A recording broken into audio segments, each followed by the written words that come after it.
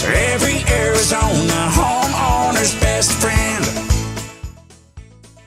We thought when the first front loader came out, I don't know, that must be 15, 20 years ago, that it would revolutionize. I'm not sure Jennifer's still a fan of the front load. What are you seeing on consumers on front load washing machines? Well, they're a lot gentler on the clothes.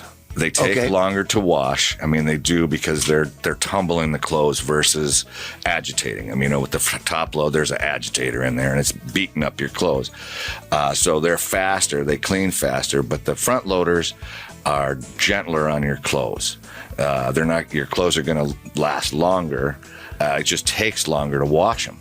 That's the big thing. And then quality detergent. You have to use good detergent. Don't skimp on detergent. Tell me that. What do you consider a quality detergent? Is it powder? Is it liquid? Is it?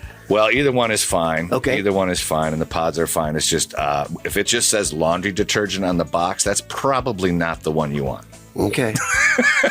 And it comes in a big, huge container. Yeah. And that's what. So quality, Tide, Gain, any of those big brand names. Okay. There is a difference in detergent, and we've seen a lot of machines get ruined by cheap detergent.